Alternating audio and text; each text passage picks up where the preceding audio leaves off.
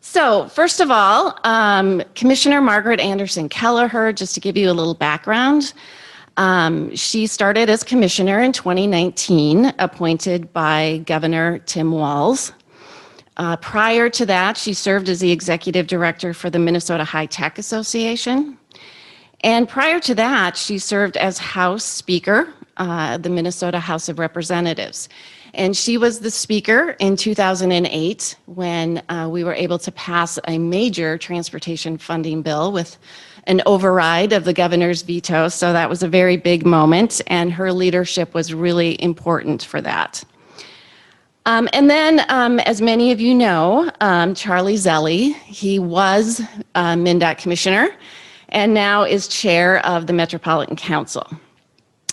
He is chairman of Jefferson Lines, and we, of course, have always appreciated Jefferson Lines helping support this conference, which has routes in 14 states from Minnesota to Louisiana.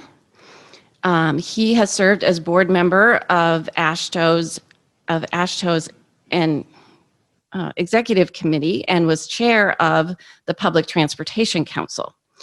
In addition, he served as a member of the executive committee of the Transportation Research Board and past president of the Mid-America Association of State Transportation Officials.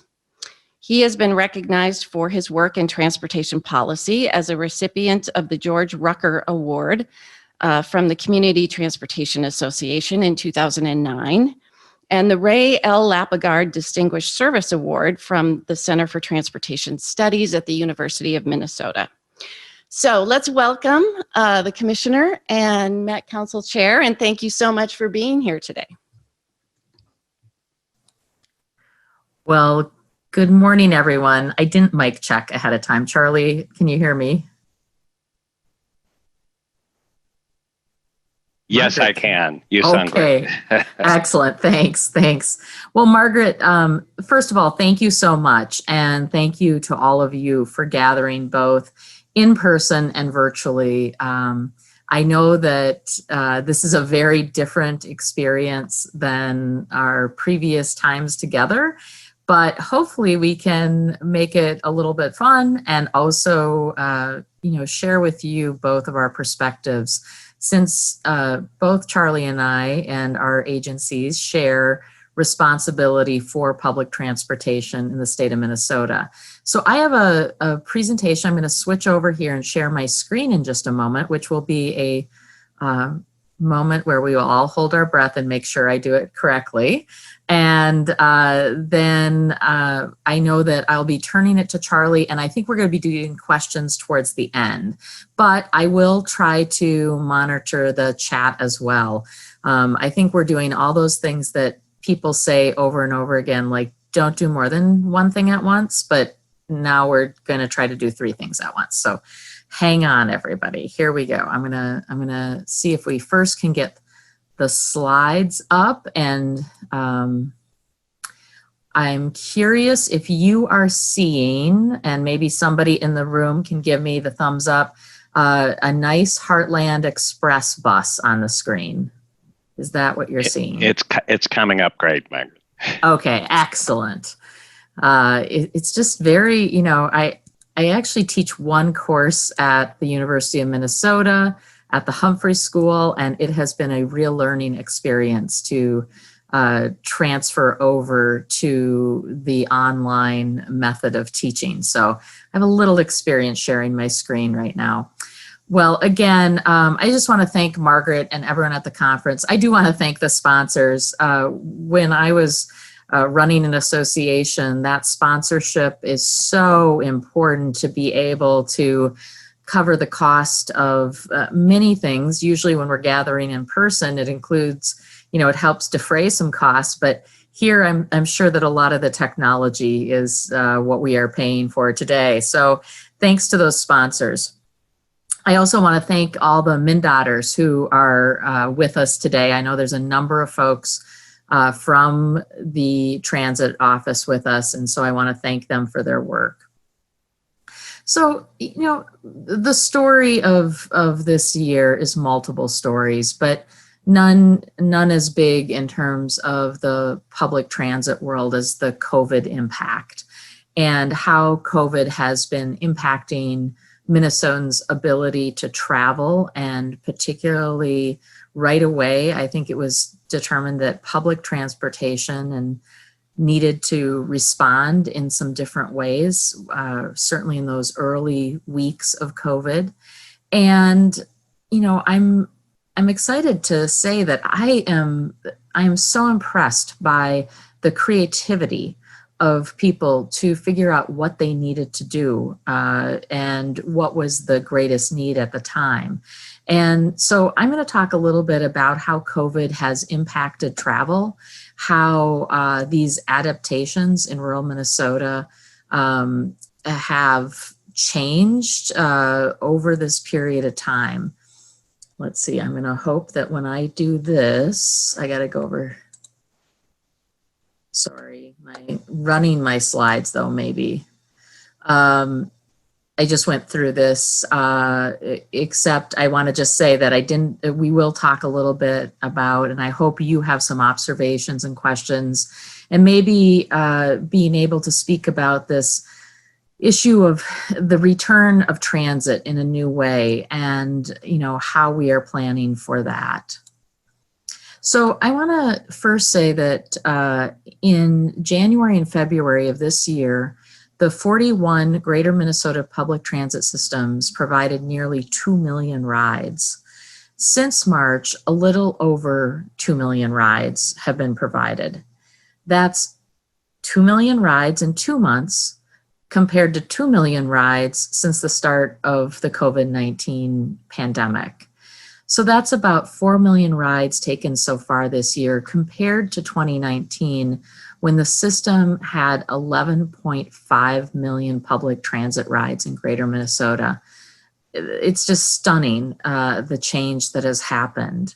I think that statistic alone tells us what has happened, that we have just seen an incredible change in people's ability to access their transit, to need the transit, to even in those early months, you know, the questions of when we were totally staying home, the issues of getting to jobs and medical appointments.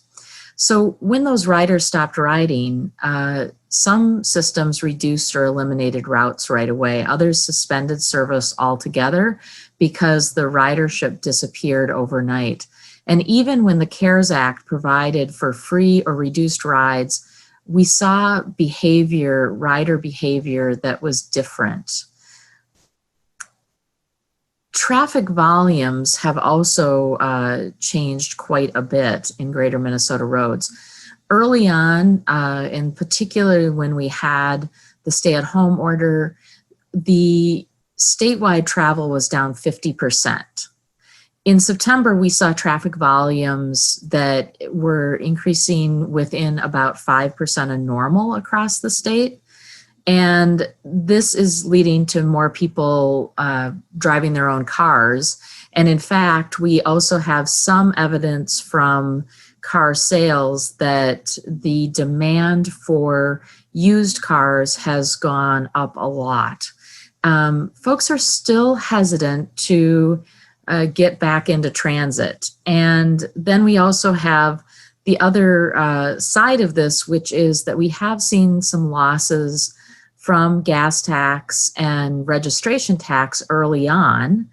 Now we are seeing some return of those. We did a sort of interim look in May at what was happening, and we've been using that May baseline as how MnDOT is looking at the gas taxes, registration taxes, and sales taxes on vehicles. In almost every category, we have seen a better recovery than that May predicted number, but we are still down, and we still do see an impact to the trunk highway fund and to our funding overall. Let's see. I think I figured out what I have to do. Oh, there we go. So this is the daily traffic volume slide. And you can see on it, this is the statewide number. And you can really see that dip off of the charts in terms of what happened in late March and early April. And then you'll see that steady kind of climb coming back with a little bit of a spike above right around the July 4th holiday. And then we still do see overall volumes being down. Rural Minnesota actually is about, has recovered maybe a little faster than early on. And now we see Metro Minnesota really catching up. I want to compliment the staff of systems, because I know that many of the systems immediately were able to adopt cleaning procedures and protocols to help their ridership feel safer, reconfiguring routes to be able to have more efficiency while still providing service. But many routes were still suspended with, unfortunately, staff needing to be furloughed or assigned to other duties, such as things like cleaning or being able to catch up with trainings or take trainings ahead of time. I mean, there were very creative ways that people were looking at trying to address this challenge.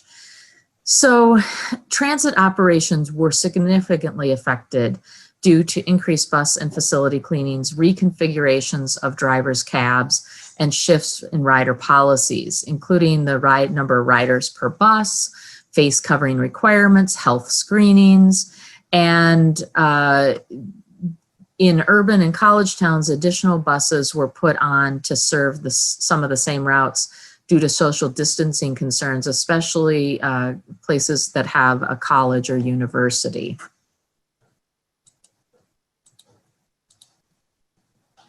So, I'm sorry, I wanted to go back. Running the two screens at once can be a challenge. So I think that one of the silver linings, if we can call it that, is that transit operators stepped up. Without riders, systems responded to community needs, pivoting to deliver critical things like Meals on Wheels, Head Start meals, being able to do food delivery, medical and other essential items. And transit overall has delivered 153,000 meals in Minnesota since the pandemic started. And one of the other things that has happened, of course, is the federal stimulus and coronavirus relief funds. That did help kind of help our system get back going again as these pivots were happening.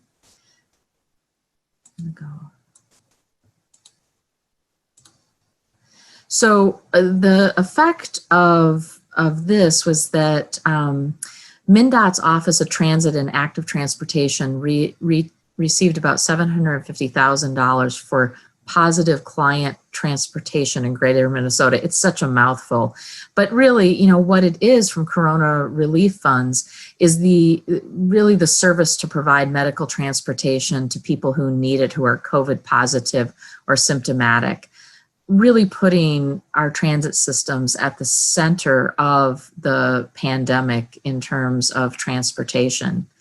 MnDOT was also awarded $4.4 million in federal funding from the FTA to replace 47 buses for 20 transit agencies in rural areas. These new buses will also help improve the service reliability, of course, new future technology that improves safety for passengers and the driving public alike. Also, an accelerating innovative mobility grant that will help build the mobility as a service platform in southern Minnesota. This digital platform is going to help residents and visitors plan, build, and pay and track trips in a single place. And, I have to say that Charlie has a lot of experience with this, both from the standpoint of his time at MnDOT, tracking these issues, but that is one of the things that I think in the future really helps make transit more accessible and frankly easier to use, to have these systems in place. And the Met Council has been working on this as well. So that project is really going to test how this mobility as a service platform can improve coordination of transit services and private sector shared mobility across a really diverse area of rural, suburban, and urban environments. These funds, in addition to the Federal CARES Act for transit and airports, were awarded in March.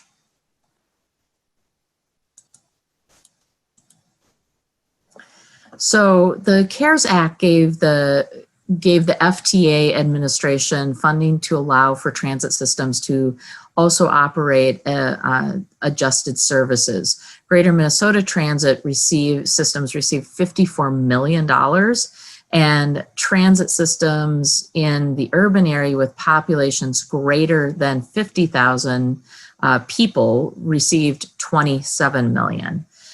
And we all know what has happened to the airline industry during COVID-19. So there was also a pretty significant early award to airports. $158 million in CARES Act funding was also awarded to operations at 97 airports. Much of that went to MSP, but the rest went to 8 commercial service airports and 22 general aviation airports across the state. But I want to caution us, we can still see right now that there are more impacts coming without further assistance. So the question of how will transit come back, and what will happen to the transportation system overall out of COVID-19?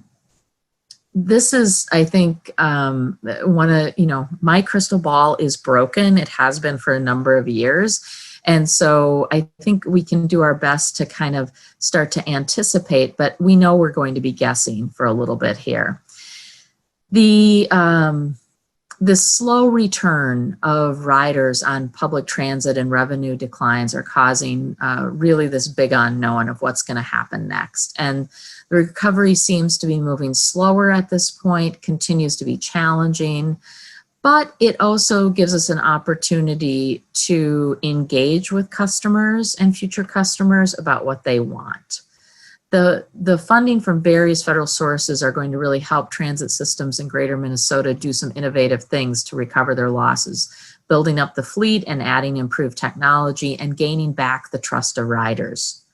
Questions remain whether these current cleaning protocols and other personal protective equipment, PPE strategies, how long will we need to do this? Obviously, the vaccine and vaccine dissemination will have a lot to do with that. But questions remain about how much of the workforce can come back, who are now, if they're able to telework, if they're allowed to telework, whether riders will choose to return. So it is interesting, I think, that since June 2020, transit ridership has slightly started to come back. This corresponds to the governor's reopening order. Ridership is actually increased at colleges, preschools, and as other employers have reopened. It's estimated since the start of the pandemic that mostly essential trips are being taken. And that includes rides to work, medical, grocery, government related trips where people might need to go to the courthouse, social services, or maybe they need to go to a service center for an unemployment reason. These trips have been really vital actually to helping transit start to come back. Transit dependent folks and populations make up most of the bulk of our riders today. Seniors who have medical and physical challenges are riding less frequently before. free and reduced fare operations will continue to be reviewed in response to COVID-19 to encourage bus ridership. The contactless payment systems and options and other automatic reservation systems are some of the things that I know you're looking at, we're looking at, and then of course, marketing. It's gonna take time for us to totally recover from this sort of large event. And we really know that people are just generally being more cautious in their life, and particularly cautious when it comes to transit. Other options such as teleworking and driving their own car, especially with the price of gas where it's been, may be preferred for a while and will continue to slow our return of public transit. But public transportation is still an essential service for communities, and particularly for socio and economically disadvantaged folks and elderly populations. While certain trips to the store may be delayed or you can put it off, ridership could continue to decrease. There's still a need for people to, in many cases, get to their healthcare appointments and do the necessary shopping. I think that public transit remains part of the backbone of our local economy. It is certainly a couple of vertebrae of the spine of what makes Minnesota go. And public transit has many benefits for people and communities, like supporting local businesses, providing the trips that otherwise would not be taken, that people just couldn't even do, giving people transportation options and removing the number of private vehicles on the road is also something that is key to reducing greenhouse gases. Last year, when MnDOT released its pathway for decarbonization report, the need for increased public transit is a key part of the strategies that Minnesotans need to embrace to be able to reduce the amount of greenhouse gases. Right now, the taxes and fee dollars are down for roads and transit in terms of what's coming into the system.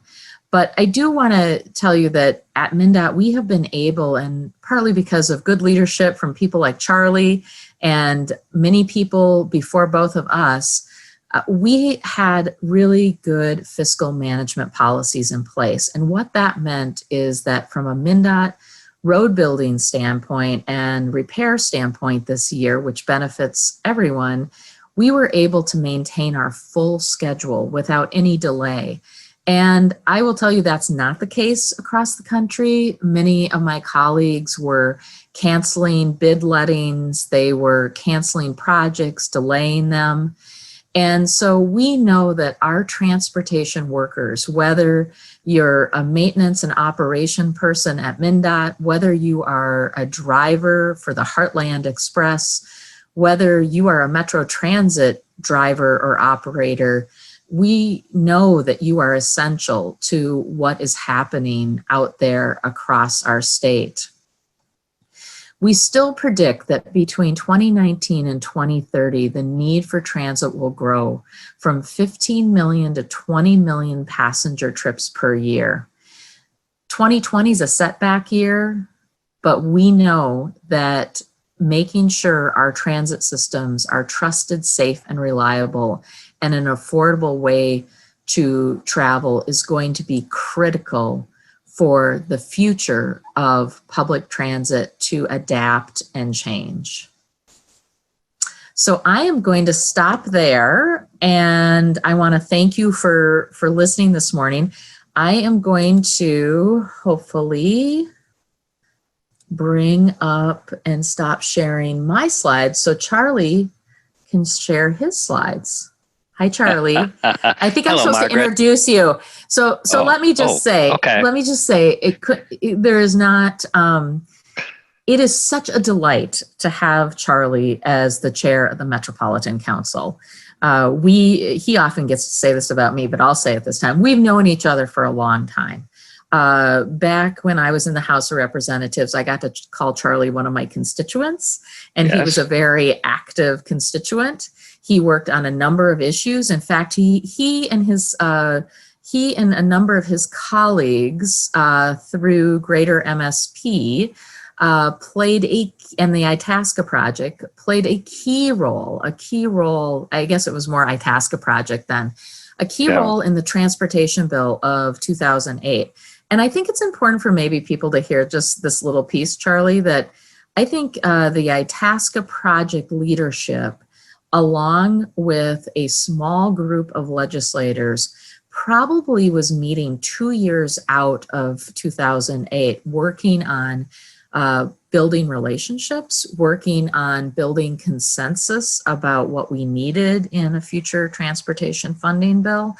And it was a really important piece of the pie to be able to have these connections between business and transportation and legislators that then was really the glue that kept us together to do that groundbreaking work, which included the first dedicated funding for transit and also a number of things for counties that have allowed counties to increase their ability to offer transit services and better roadways. So, Charlie, thank you. I don't say it enough. And now, of course, Governor Walz named Charlie the chair of the Met Council. And Charlie, I know, will tell you a little more about his role, but we are good partners together, and I am very excited that you are here with us. You are too kind, Margaret. I so appreciate being here in our virtual world together. You know, we've stood next to each other. We have dinners together. We talk, and this might be our first kind of, I feel like, face to face here on my screen. So it's great. And honestly, you know, I do say this quite a bit, but having you as a partner here and to be at MnDOT, which is an agency I have deep affection for, is really a treat. And I know I say this a lot, that when I left MnDOT, to leave it in your hands was really a wonderful thing. And I tell this story, some seasoned MnDOT person came up to me after I was saying goodbye and you were saying hello. And he says, I've seen a lot of commissioners come and go, but I've never actually seen them talk to each other and actually like each other. So what's with that? So anyway, if it's different, it's a pretty nice thing. And then I have to say, after taking a year sabbatical with no intention of coming back into government, but the opening at Met Council appeared, and I had first person I called was Margaret, and I said, "Do you think I should do that?" And she goes, "Oh my God, you think you want to come back in?" So it's really been great, and I have to say, really enjoy being part of Met Council because this is just another view of a lot of the same work. When you think about, and I love being in room 110, 113. I mean, normally I'm in Rochester, and to have this kind of hybrid system is kind of our new world. But honestly, when you think about transit, and I know this, having served not only as Margaret Donahoe was saying, at the national level, but certainly in Minnesota, there's transit in every county in Minnesota.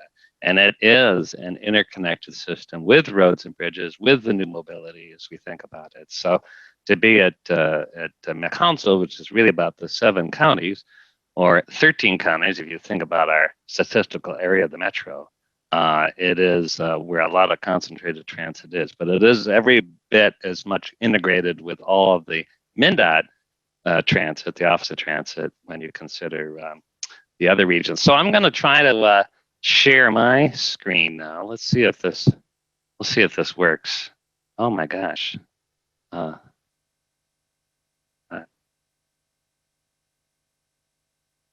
It's working. Is it working? Is that the one you're seeing? I see it. Perfect. Good. Thank you. Then I'll continue on this vein and really probably echo a lot of the, frankly, a lot of the points that Margaret was describing in terms of the trends in transit, but give you a little bit of the view from Met Transit's point of view. Let's see if I can. If that's showing, then I need to find a way to advance it. Ah, there it is. All right, we've talked about COVID, and there's just no question it's disrupted the entire economy and transit. I always say, and frankly, all about transportation, is that it's not just about transportation; it's about what it affects and what it serves, and it truly is the economic engine. But also, it's um, the way that we bring children to school. It's the way we go to work. It's the way we get to our health care. And so the idea of actually it shutting down completely was a non-issue. So it is something that we've been operating all along, but with such an incredible hardship in terms of both for customers and for our frontline workers. You read today, Minnesota, we have a new kind of high point of confirmed cases of COVID-19. Over 100,000 cases, 2,000 people have died in our state, and it's going to be around. I think it's we're learning how to be safe. We know we're learning how to continue our lives, sometimes virtually, sometimes with good safety protocols. And we're learning a lot with transit, how we can operate carefully. We know that we're not only spending more time and money with the disinfectants, with the extra buses, with the way that we have to maintain better protections for both customers and for our employees. That comes at a great cost. And thank God for the CARES Act. Margaret referred to this $25 billion, 15% of which went to rural areas, but the others, 85% went to major transit systems, including Metro Council received $225 million in CARES Act funding. That was for not just Metro Transit, but for many of our suburban carriers, as well as our Metro Mobility. And it came in just the right time. We've had the triple whammy, I think. Whammy is a technical transportation term referring to the hardship of revenue. And I'm speaking, obviously, something that everybody in this room or in this chat box understands. When you have that fare box recovery, or fare box revenue being so diminished, but also the MVES, the motor vehicle sales tax that Margaret described, certainly hit us, not as badly as we were fearing, but it is still a main source of revenue for Metro Transit. And also the fact that the general fund now is looking like a very large deficit, and the Metro Transit is looking at a funding cliff in the future years. And a lot of that has been filled on a kind of one-time basis every biennium with general fund dollars. It would be hard to think about finding more general fund dollars when there is such a general fund deficit going forward. So this CARES Act funding, one-time funding, but it has provided the additional costs for cleaning, but it also has kept the operations going on a regular basis. We are reducing the amount of people we have in buses to maintain social distancing, roughly 10 people for a 40-foot bus, and up to 15 people on a 60-foot articulated bus. And we're able to do that in part because we've reduced service in less traveled areas, but we've actually increased service on some routes. So I'll talk about kind of what that is and where we think that's going here in a minute. Okay, here's my graph of transit ridership. No big surprise here, but if you look at the express buses in particular, that's the service coming from the outer exurbs into the city cores. It's down 95, 93%. And you'll see that our light rail has dropped as much as 70%, and it kind of is staying at that level. Local bus is getting the slight uptick after April, but is maintaining itself at that roughly a little more than half of what it was pre-COVID. You can see occasional dips down. Remarkable one in June, the end of May. That certainly was the George Floyd protesting and the disruptions where we actually closed transit. We never do that. We've only apparently done that once before in the past 10 years, and that was right when I started, and we had an ice storm, and we closed for about 6 hours. Other than that, we really don't stop our service, but we've dramatically reduced the hours of light rail even now, and as I said, kind of a different mix of ridership. We're probably at about 80% of the miles operated at this point in time. We're not expecting to go above that 80%, but 80% is more than where we were in the summer when we were down maybe to about 6% of our regular system. So, the question is, who's riding this now? Honestly, there's no question that there's a different mix of riders. I would say that those that are most in need, lower affluence, are riding buses more than ever. Probably a higher percentage of a racial mix. Where we have those that really require the services of Med Transit. But when we say we reduced a lot and that ridership's way down, you have to kind of keep in mind this 80 to 90,000 rides a day is still a lot of service, and it is, as they say, essential.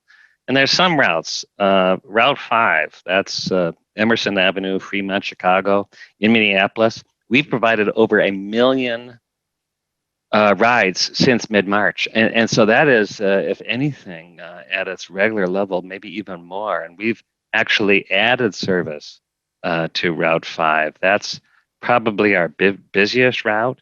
And when you look at our future arterial bus rapid transit, that's the future Metro D line. These D line, much like what is currently operating, the A line and the C line, are enhanced service, a very attractive alternative, and has actually gained ridership, has gained newer ridership. So it's a different mix happening now. Okay, so this slide,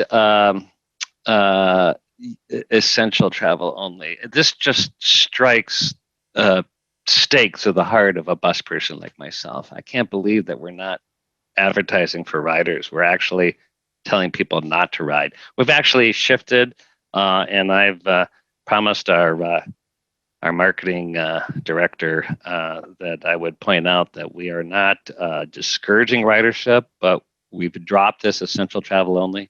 But our kind of messages is, if you think of another alternative, you might want to consider it.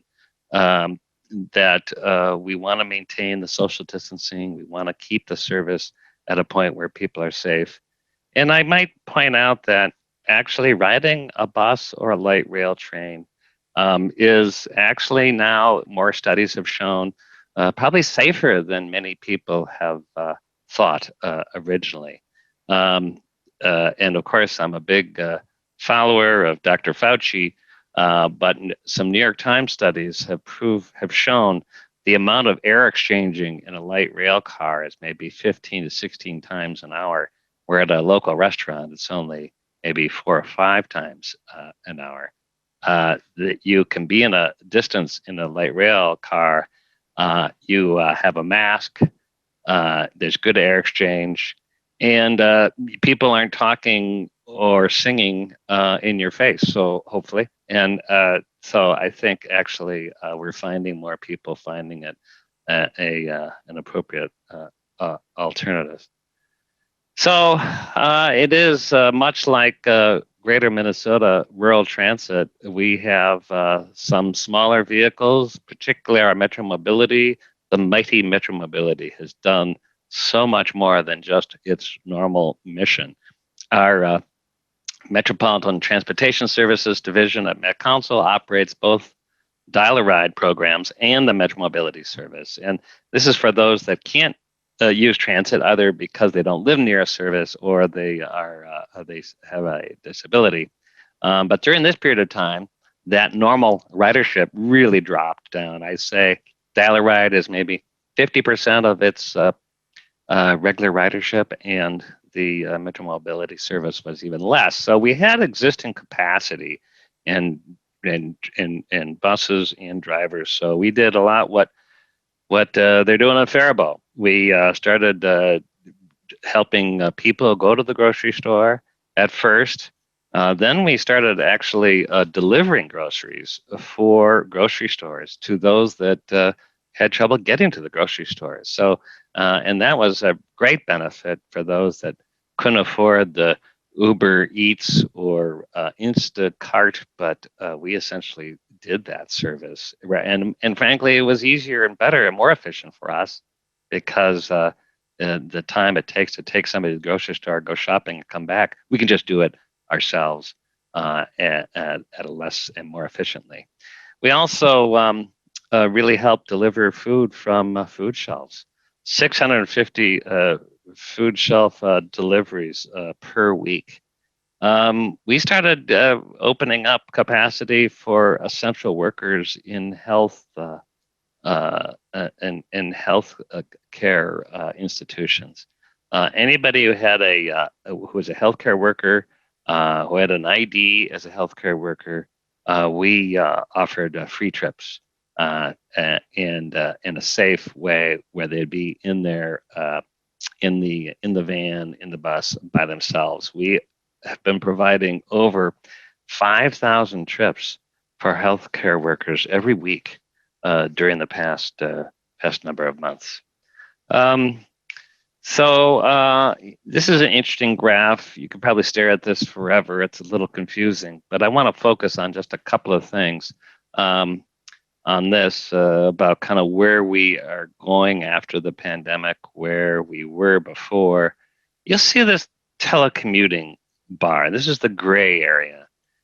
Look what it was pre-outbreak and what it is now in May. This is for those more affluent. Those less affluent don't have as much opportunity to telecommute. So when we think about the trends of both unemployed, it's really hit hardest. Those with incomes under 50,000 are more likely to be unemployed. They're less likely to telecommute and less likely to drive. So, we see certainly a different mix of customers. And we think about the future, it'll certainly, we think, look a lot different. The idea of commuting every day on an express bus when you might buy a pass for 5 days a week. Well, in the future, we really have to rethink the whole transit value proposition. When we think about commuting, as the world recovers, we reimagine the future of work. Maybe it's less 5 days a week. Maybe it's 2 days a week, and maybe it's not using transit just to get to work. You think about our system. This is the kind of the large regional bus rapid transit and arterial bus rapid transit. These are the lines, the transit corridors of the future, and some are operating as you know, the Green Line, the Blue Line, the A Line, and the C Line. But look at the future lines coming into place. The Green Line is under construction, as we know, the Southwest Light Rail Corridor. The Gold Line is into engineering. We certainly have teed up both the B Line and the D Line. The D Line I described as being that Route 5 heavy corridor north-south. The B Line connects Lake Street to downtown St. Paul. So that's on that Lake Street corridor. And that B line will connect to the Orange line, which is going to be opening in a couple of years, also under construction. We have a wonderful transit station at the confluence of 35W Lake Street. And this is a joint project of MnDOT, Met Council, Hennepin County, and the city of Minneapolis. And it really is, I think, kind of the good illustration of the mobility of the future, because it connects a freeway express service, enhanced Lake Street bus service, biking right next to the Green Line with a good access point to it, good pedestrian service. So you think about this puzzle of transit. It isn't just going to be about getting to your job downtown and back again. It's maybe a whole lot of different activity, maybe non-work activity. We're seeing an influx of transit being used to get groceries, to get to your medical care, to see your kids, to go shopping. So we think about not just the traditional peak period of commuting, but more about ongoing commuting that comes at different times of the day. And I think probably the most important point is that, which I think Margaret so artfully put on the slide, when you think about the future of transit, it is a big question mark. You know, how quickly is it going to recover, and what needs does it serve? But those who are saying there's no need to transit anymore don't understand how important a role it plays currently to our economy, to our workforce, and how much, when you think about the efficiency of this kind of non-car way of getting around, really kind of begs the whole network of mobility that we're seeing and we're going to be experiencing more and more. I always like that when people say that that what COVID has done is actually brought the future, which was happening anyway, right in front of our face. And we're going to see more interest in those alternative forms of transportation, whether it's biking, electric bikes. My son is now back in Minnesota. He's commuting now to Jefferson with an electric bike. Well, why not? It's actually more efficient and closer on some of these bike lanes. So I think of transit as not just transit in its silo. It's part of the interconnected system. Most of this transit corridors you're looking at are actually those that operate on highways. So that's why it's very nice to be with my friends from MnDOT and know that we are all part of a common mission to support the economy of the Twin Cities and the state of Minnesota. So with that, I'll stop sharing and come back, and maybe we can have some questions, or however, Margaret Donahoe, you like to handle it. Charlie, I think some of my former students from the Humphrey School made those graphs for you. They're stunning and complex. They must have had a great teacher. Thank you. Oh, well, I don't teach them that. Yeah, I teach negotiation, everyone. That's what I teach at the Humphrey School. Good skill set. Actually, those graphs, you could spend 20 minutes just trying to dissect them. Because when I first looked at it, I was like, what am I looking at? So I try to pick 2 or 3 things. But the part that the graph, the picture I like, of course, is a map of not just the highways, but the transit, and kind of shows how they all fit together. Okay, well, thank you both so much. That was a lot of information. I just want to really encourage people who are participating to put your question in the Q&A box. This is your opportunity to get some more input from the commissioner and the Met Council chair, so feel free to enter those questions. And if anyone in the room here has a question, we can take that as well. So don't be shy.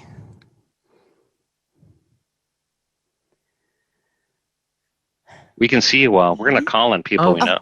Yeah. Well, I'll ask a quick question too while we're waiting. But I know you all are busy thinking about the legislative session starting in January, and the administration will be putting together some proposals, and of course, a lot will depend on the November forecast. We're all anxiously hoping that there will still be a bonding bill, but I'm just wondering if you have any thoughts or things that you want to comment on in terms of what's happening with the funding, what ideas you're thinking about in terms of transportation funding for next session. Well, let's see. So first, let me say, Margaret, like you, I still have a little bit of hope for a bonding bill between now and December. I think it's most likely to happen before the November forecast, if it's going to happen. And that has to do with a whole bunch of, I think, complex political calculations and financial calculations, frankly, by the legislature right now. You know, having served in the body, being close to a number of the folks who are still there, I think the issue with the current bonding bill that has been assembled, it's a good bill. It would do some major things for both MnDOT and Met Council in terms of our future needs with the capital investments. It really has to come down to this issue. After the November forecast, I think we all anticipate that the state is going to have a projected pretty severe financial deficit. Without more help from the federal government, I think that it will be a stunning sort of experience to go through again in the deficit world. And what that means is that things like a capital investment bill, even though we have the lowest interest rates in the history of modern times, and so we really should be doing this bill. I'm just going to tell you, when we did our most recent state bond sale in August, where new bonds were sold, MnDOT actually refinanced what we call a whole tranche of bonds, and saved $41 million on the savings right there. It goes directly back into the Trunk Highway Fund and then is distributed out through the formula. I just have to tell you, like, really, we should be going hard at capital investment right now. And it also would help with the counter-cyclical recovery issues, because if you get that money out there, we know that there's a number of things that can move forward next spring and fall and summer that would be important to the economy from a workforce standpoint. So to our planning, I mean, you know, the governor decides. So I will just say that first. The governor gets to decide what we are going to put forward. We are putting together options of a funding package for the governor, and you know, that may sound a little bit counterintuitive when I tell you there's a deficit, and you know, most agencies who are general fund agencies are in the process of planning really severe reductions right now. MnDOT is in a different space because of the dedicated revenues. And so, and we play into whatever the solution is, because a few years ago, the legislature, you know, trying to get more funding to the transportation area, decided to statutorily dedicate the sales tax on auto parts over to the trust fund. The challenge with that, of course, is it's statutorily dedicated. And if any of you were listening 2 years ago when we were making the argument for the transportation funding and transit package to the legislature, I said over and over again, I hope you don't have to go through a deficit like we experienced in the Great Recession. But if you do, they will come for the general fund dollars, because, you know, folks in nursing homes, little kids going through school, they only get to do those things. That's their life. I mean, we can actually delay things in our world. It's not ideal. The infrastructure deteriorates, but we don't have quite that need. And so I just want to say that I think what you'll see is, you're going to see a pretty robust funding proposal at some point here from the governor, likely after the first of the year. And part of that, fate of that will depend on the outcome of the election. I think Margaret had her I voted sticker on, and that's kind of the critical work in the next 4 weeks here is just the vote and what's going to happen. And then nationally, what's going to happen. I think that all of us were hopeful that President Trump would be able to put together a significant infrastructure investment bill. It was one of the places that seemed like there was high level agreement, and that has not happened, of course. And we now have an extension with some important features for transit actually in that extension. So I'll stop there and turn it over to Charlie and let him talk. I see a couple things on the screen, so maybe in a moment we'll go to those questions. Sure. I thank you, Margaret. I won't add a lot. I just second what the commissioner has described. It's funny, at Met Council, we're actually a separate regional government, but we're appointed by the governor. I'm part of that governor, so we're part of the administration, and it'll be the governor's call as to what we propose. But similar to MnDOT, we have funding shortfalls, and as I described in my presentation, the CARES Act funding will get us so far, but we have an entrenched deficit to maintain service, even at 80%. So, it's a longer-term funding need. And I have to say, there's a number of things that we're excited about, including that enhanced arterial bus rapid transit. We have both the B line and the D line before the bonding, committees, and so that bonding bill, which has gotten kind of bipartisan support, impacting the areas that have been that need recovery from the disruptive protesting along Broadway in North Minneapolis, along Lake Street, and in South Minneapolis, that those areas that need recovery, and those are covered by these investments. So I think whenever there is a bonding bill, there's a lot of transportation assets, and boy, it's like the federal level with both a reauthorization or even just the stimulus. After the Federal Reserve chairman yesterday described the absolute necessity of kind of stimulus funding, and there's no better stimulus than hard asset infrastructure. And I think for our state, time is wasting. Low interest rates, opportunities to rebuild long-lasting assets for our state. It's like a no-brainer. And I think that hopefully even this month, but if not soon, we will have a bonding bill. Charlie, maybe we could, maybe, do you want to take a shot at the first one? Maybe I can assist. Sure. We can tag team North Star. I can start and you can add something there. Well, first, I like that you were called out for helping get Highway 14. I just would jump to that because I spent a lot of time getting to know our now governor, who was representative, walking through his district and spending a lot of time on Highway 14. And we got some of it done, but you got a really important piece done. So that was really a great, I agree with that. Well, thanks. But also the idea of micro and mobility hubs, I described that Lake Street I-35 transit station, which is this joint effort, and it's really coming out of the ground or above the ground, above the highway now. My favorite project, I-35 and 94. I mean, this is a project that Margaret and I will both have our fingerprints on, and it is the most disruptive construction, but the most ideal benefit for our community and these investments. Because let's think about both highways and exits and neighborhoods differently, and I think that transit station is a good example that hubs are definitely in the future. And you think about future modes, we need places of connection.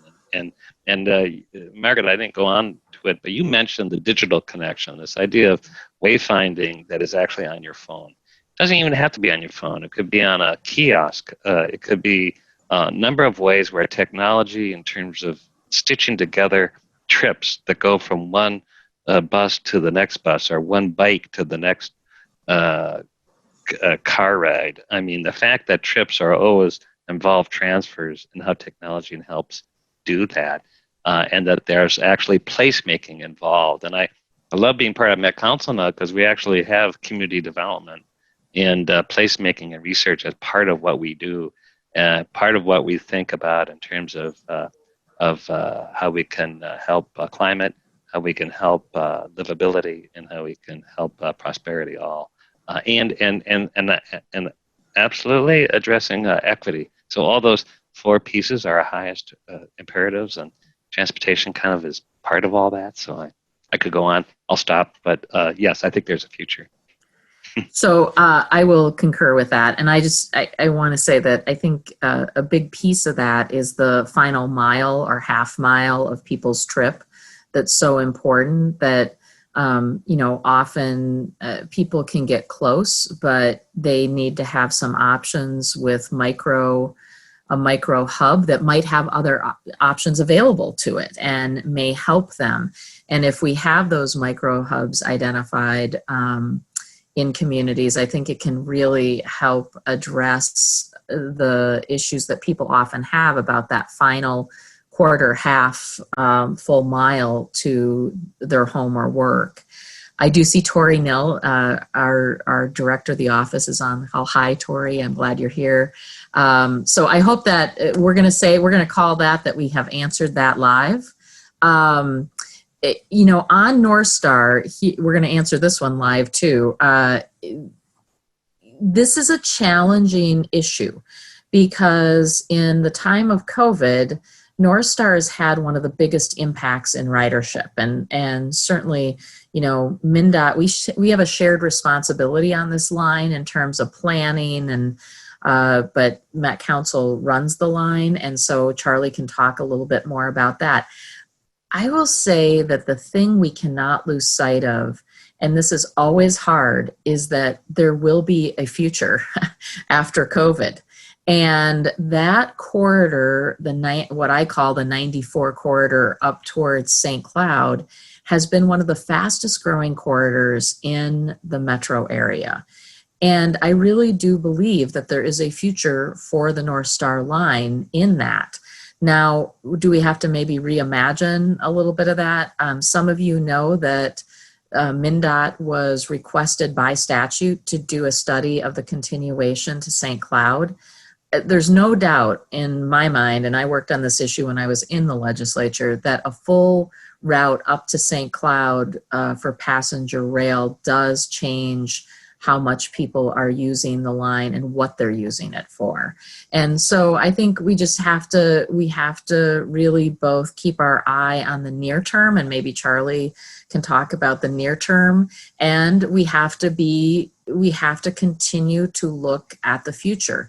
And I think, more and more, if you have a younger end millennial, if you have a Gen Z person in your household, you know that vehicle ownership is not, it seems less important than it was in my day. I mean, I've been driving for a long time. I always say to people, like, you don't want to know how long I've been driving because it was illegal on the farm. But I love my cars. I mean, I have had so many different cars in my life that I love them. I love nothing better than to go out for a good drive. But that's not really how the next generations look at this. And it does have to do with climate as well. Let me pick up where you just finished, Margaret. I got my driver's license not just on my 16th birthday at 9 in the morning because there was nothing I was waiting for more than to continue my driving, this time legally, as you point out. But I also think there's a dramatic shift. And when you get to the North Star, I mean, it's a puzzle. There's no question. When you think about the investment, not just in Minneapolis, but all along that line, in anticipation of its continuing, its resurgence, I think it will come back. The question, of course, is if it had been built to St. Cloud in the first place, that would have been a better line. It was not performing as well as we would have hoped pre-COVID, And now, after COVID, the schedules have been cut back. It's not carrying many people, and it's expensive service. So the real question is that question mark, when is it coming back? How is it coming back? And what does it take in terms of funding to get us there? There's many partners who fund North Star, including MnDOT, Met Council, Anoka, Hennepin. I mean, there's a real partnership on that line, and some of our partners were big advocates in the past. They're less advocates now, so we have to kind of hold that together. And as the commissioners pointed out, we really are looking to a future. So, it's how we get from where we are now to that future and maybe on to St. Cloud is kind of the conundrum, and it's hard at a time when we frankly have such a call on our scarce dollars. So it's one of the puzzles that we need to be thinking through in the next year.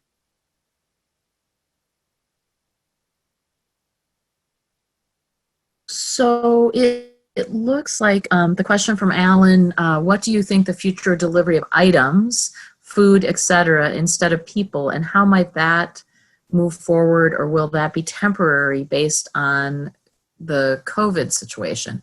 Well, that is such a good question, isn't it? I'm not sure, and I'm not sure I have enough information to speculate. I do think that what I do know about things like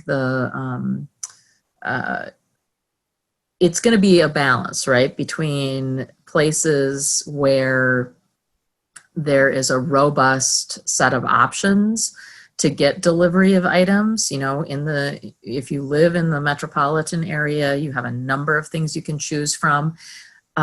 Vendors who are supplying those items don't always love those services, can I say? I mean, if you know something about the economics of them, things like the food delivery services, there are times when restaurants are not making any money because of the charges that are charged.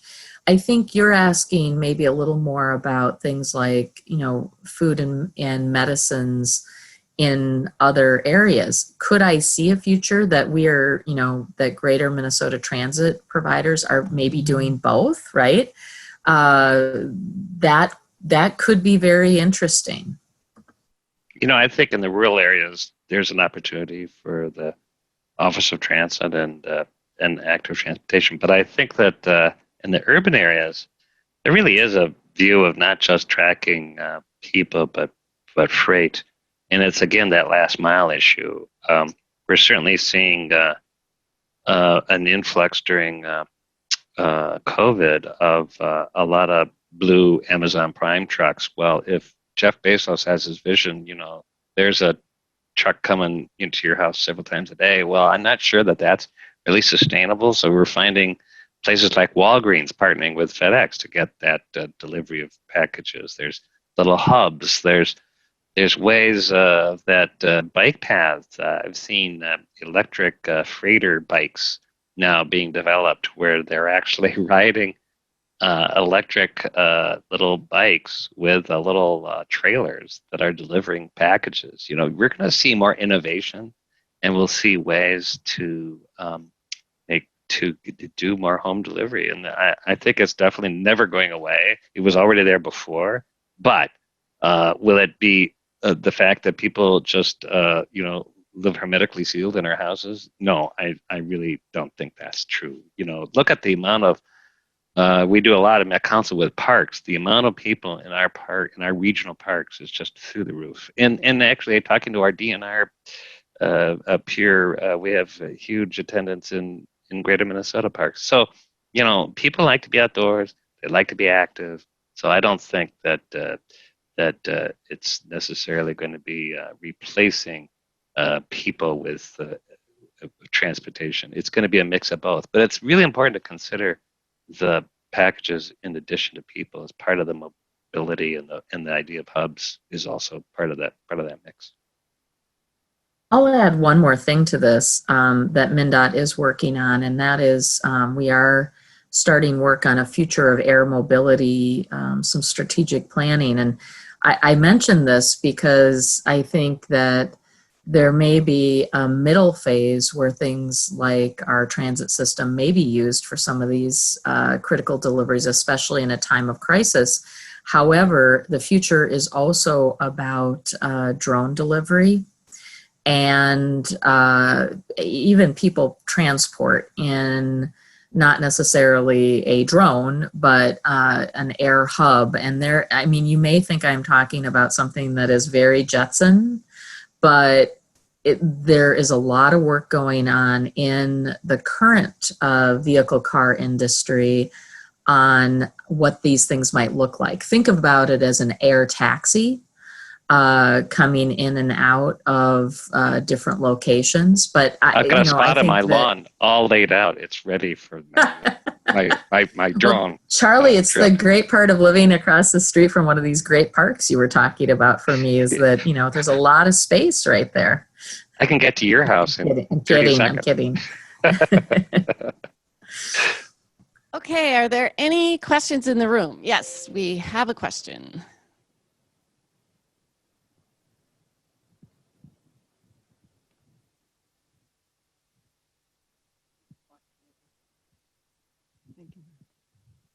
I guess it's not really a question, but a comment.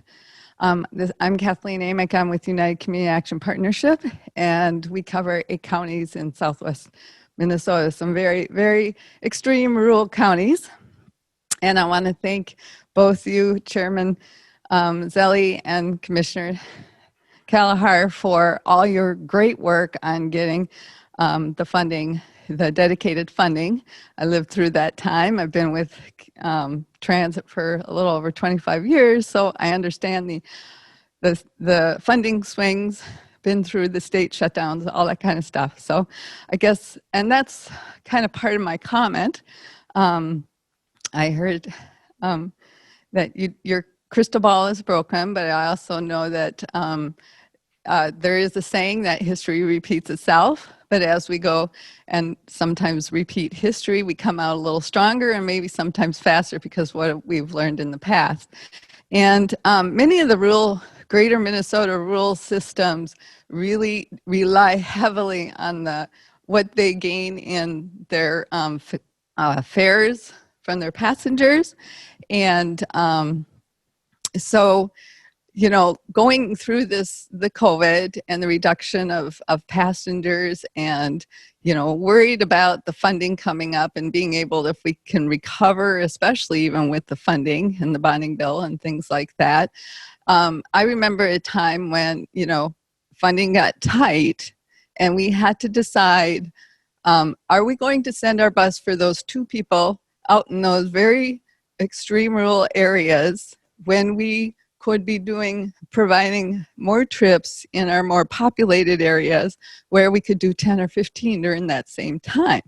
So I guess I just want to share that concern with you that we may go, see that happening again, and hopefully there is, keep that in the back of your mind when we're trying to make funding decisions and how we can support the local and greater Minnesota as far as making sure that we can continue to provide access in some of those very extreme rural areas that we've been trying to work so hard in covering in the last few years. And I know we've gone through the equity studies and the access studies, and maybe it's perfect timing to really look at those and see how we can benefit from the results of those studies and continue to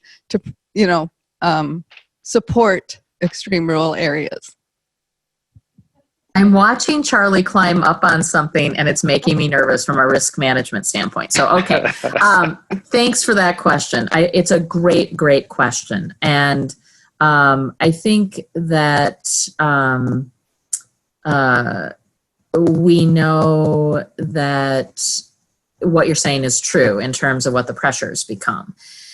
I would say that one of the differences is the planning that our Office of Transit and Active Transportation has been doing and the work that you all have been doing in terms of the regional plans will help with this. It's a very different way than 20 years ago we thought about rural transit at all. We were really in that mode of individual county service.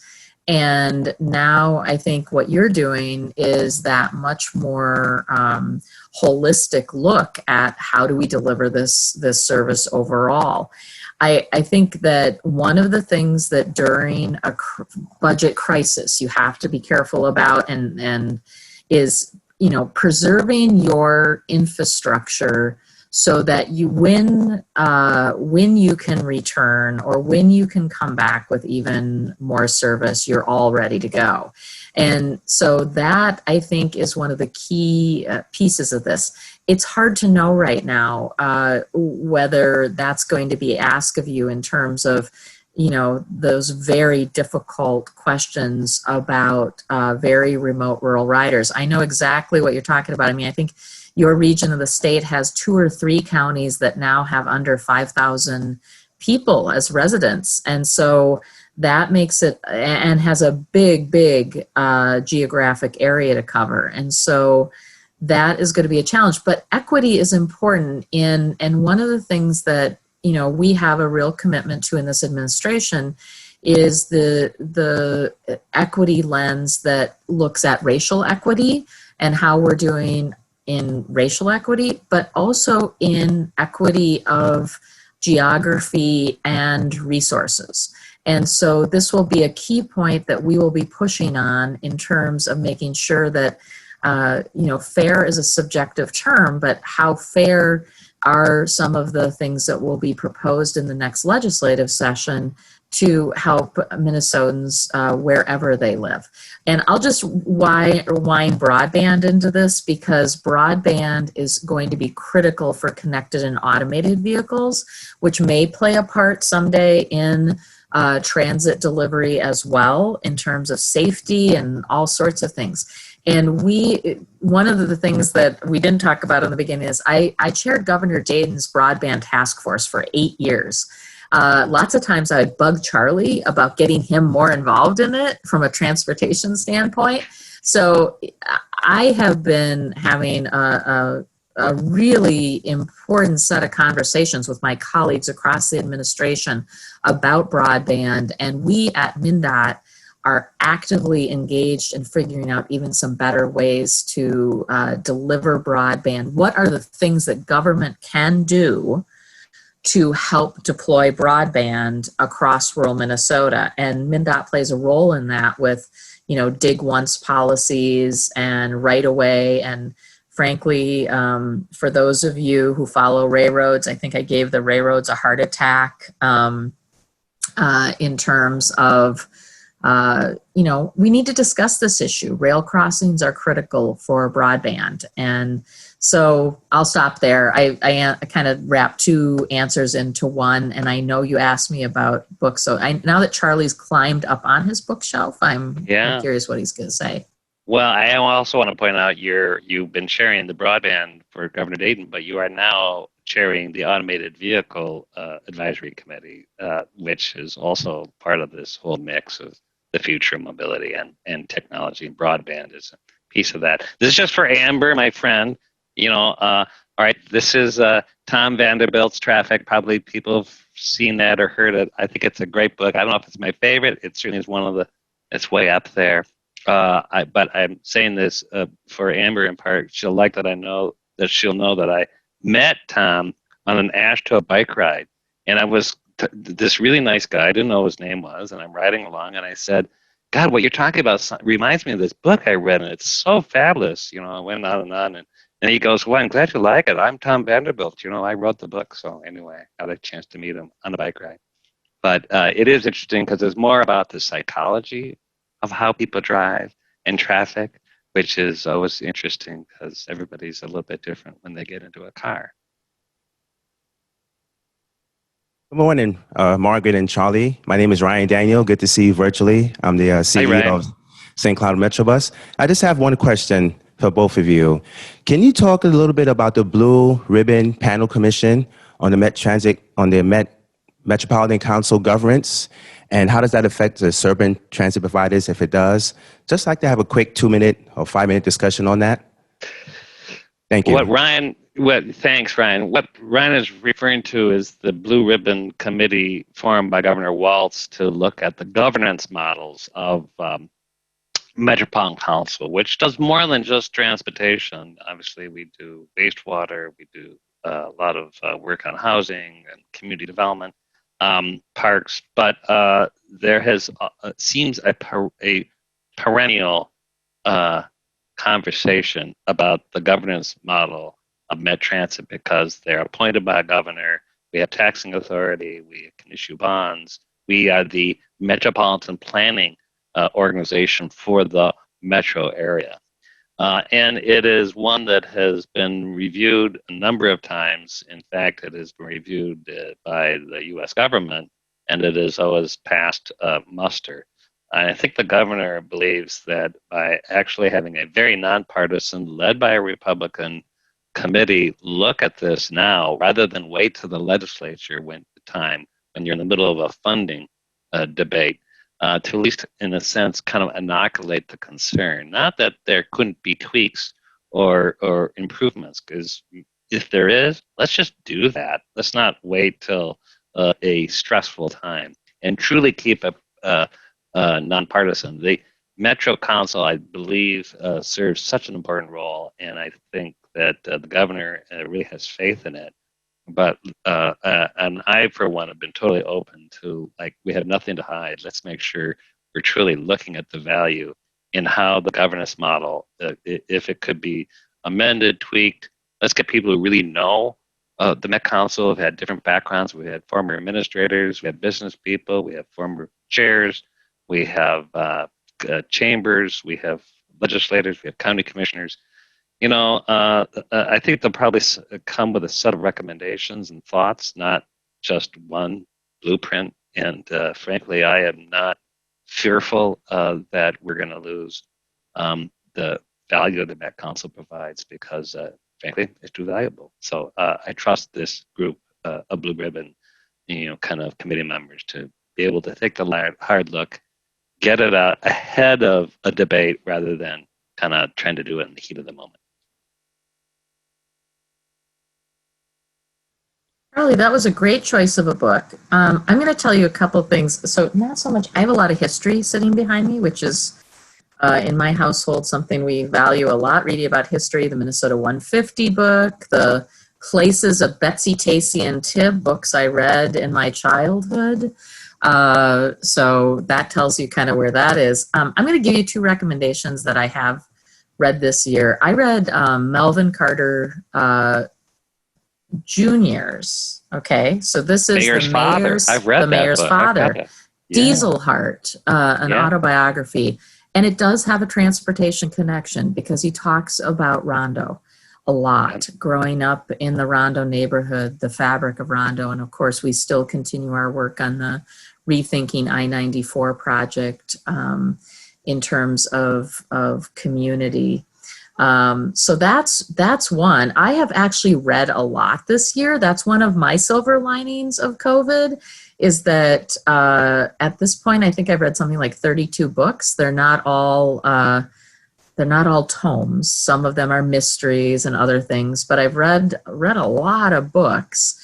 And so I have many, many recommendations, but that would be one of my top Minnesota recommendations. I really enjoyed it. Him talking about his service and the St. Paul Police Force and a number of other issues. Okay, well, I think we've come to the end of our time. So again, we really, really want to thank Commissioner Kelleher and Chair Zelli for being part of our conference. We really value your participation, and we look forward to continuing to work with you on transit issues as we go forward into the 2021 session. So thank you very much. Thanks so much. And thank you for all your work, everyone, in the room and virtually meeting together. It's critical work for Minnesota. Thank you. Thank you, Margaret. Thank you, Margaret, and everybody. Really great to be with you. Great. Thank you.